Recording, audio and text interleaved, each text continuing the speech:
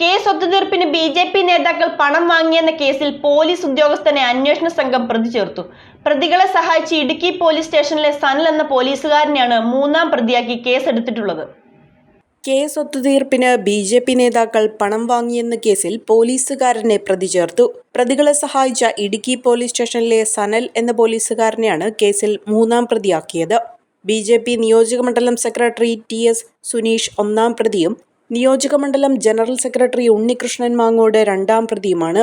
ഒന്നും രണ്ടും പ്രതികൾ ഒളിവിൽ പോയതായും മൂന്നാം പ്രതിയെ ചോദ്യം ചെയ്യുമെന്നും പോലീസ് പറഞ്ഞു. കാസർഗോഡ്, ബംഗളൂരു പോലീസ് സ്റ്റേഷനുകളിൽ ഓൺലൈൻ ബിസിനസ് തട്ടിപ്പ് കേസിൽ ചേലാട് ആറ്റുപുറത്ത് എം ജോർജിന്റെ മകൻ ഉൾപ്പെട്ടിരുന്നു. ഈ കേസുകൾ ഒത്തുതീർപ്പാക്കുന്നതിന് ജോർജിൽ നിന്ന് 10,58,000 രൂപ പലപ്പോഴായി പ്രതികൾ കൈപ്പറ്റി.